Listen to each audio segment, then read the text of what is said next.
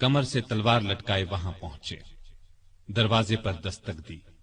ایک صحابی نے اندر سے ایک جھری میں سے جھانک کر آپ صلی اللہ علیہ وسلم کو بتایا، باہر عمر تلوار کمر سے لٹکائے کھڑے ہیں، نہ جانے کس ارادے سے آئے ہیں۔ آپ کے چچا سیدنا حمزہ رضی اللہ عنہ بھی اس وقت وہاں موجود تھے۔ یہ بہت بہادر تھے، فوراً بولے، انہیں اندر آنے دو، نیک ارادے سے آئے تو ٹھیک، ورنہ انہی کی تلوار سے ان کا سر اڑا دوں گا۔ رسول اللہ صلی اللہ علیہ وسلم نے بھی فرمایا، انہیں آنے دو۔ چنانچہ دروازہ کھول دیا گیا، عمر اندر داخل ہوئے۔ آپ صلی اللہ علیہ وسلم اٹھ کر ان کی طرف بڑھے، ان کی چادر کو مٹھی میں دبا کر زور سے کھینچتے ہوئے فرمایا، خطاب کے بیٹے، تم کس ارادے سے آئے ہو؟ سیدنا عمر رضی اللہ عنہ نے عرض کیا، اے اللہ کے رسول، میں اللہ اور اس کے رسول پر ایمان لانے کے لیے حاضر ہوا ہوں۔ اس پر آپ صلی اللہ علیہ وسلم نے زور سے اللہ اکبر فرمایا۔ باقی مسلمانوں نے بھی اللہ اکبر کا نعرہ لگایا۔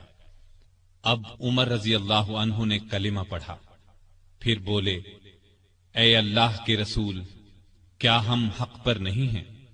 آپ نے فرمایا، اس ذات کی قسم جس کے قبضے میں میری جان ہے، تم لوگ حق پر ہو۔ یہ سن کر سیدنا عمر فاروق نے عرض کیا، جب ہم حق پر ہیں اور کافر غلط راستے پر، تو پھر اپنا دین کیوں چھپائیں؟ آپ نے فرمایا، اے عمر، ابھی ہماری تعداد تھوڑی ہے اور تم دیکھ رہے ہو کہ ہم کن حالات سے گزر رہے ہیں۔ سیدنا عمر نے یہ سن کر فرمایا، اس ذات کی قسم جس نے آپ کو نبی بنا کر بھیجا ہے، میں اسلام لانے سے پہلے جن لوگوں میں اٹھتا بیٹھتا تھا، اب مسلمان ہو کر ان کے سامنے جاؤں گا۔ اس پر تمام مسلمان دار ارقم سے 2 صفیں بنا کر نکلے اور کعبے کی طرف روانہ ہوئے۔ ایک صف میں عمر تھے، دوسری میں حمزہ۔ سب نے مسجد حرام میں نماز ادا کی۔ قریش نے یہ دیکھا تو طیش میں آ گئے۔ اس وقت تو کچھ نہ کہا، جب عمر تنہا نظر آئے تو ان پر حملہ کر دیا۔ انہوں نے بھی ڈٹ کر مقابلہ کیا۔ آخر کافر انہیں چھوڑ کر چلے گئے۔ یہ واقعہ نبوت کے 6 سال پیش آیا۔ ایمان لانے کے بعد 6 سال تک مکے میں رہے، پھر دوسرے مسلمانوں کے ساتھ مدینے کی طرف ہجرت کی۔ ایسے میں کفار کو مخاطب ہو کر فرمایا، میں آج مکے سے جا رہا ہوں، کسی میں ہمت ہے تو مجھے روک کر دکھائے۔ کوئی آگے نہ آیا۔ اس طرح آپ قباء پہنچے۔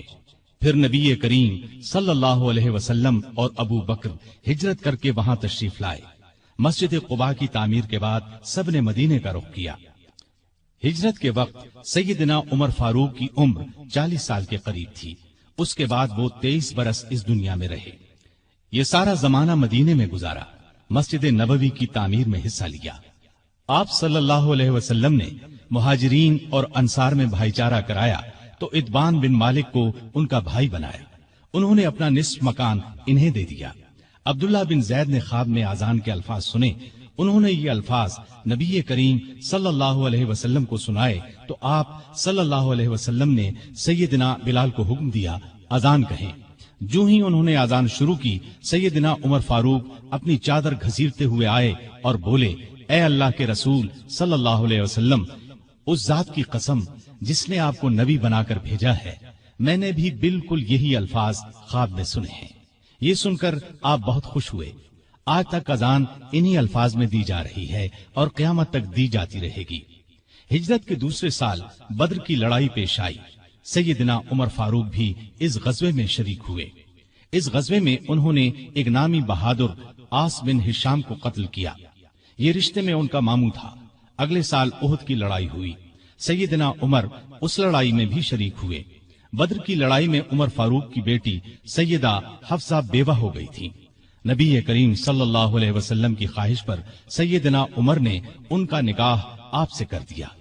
اس طرح وہ رسول کریم صلی اللہ علیہ وسلم کے سسر بنے۔ ان کی بیٹی کو مومنوں کی ماں کا درجہ حاصل ہوا۔ ہجرت کے 5ویں سال شوال میں خندق کی لڑائی پیش آئی۔ سیدنا عمر نے بھی خندق کھو دی۔ خندق کے ایک حصے کی حفاظت سیدنا عمر کے سپرد کی گئی۔ بعد میں اس جگہ ان کے نام سے مسجد تعمیر کی گئی جو آج بھی موجود ہے۔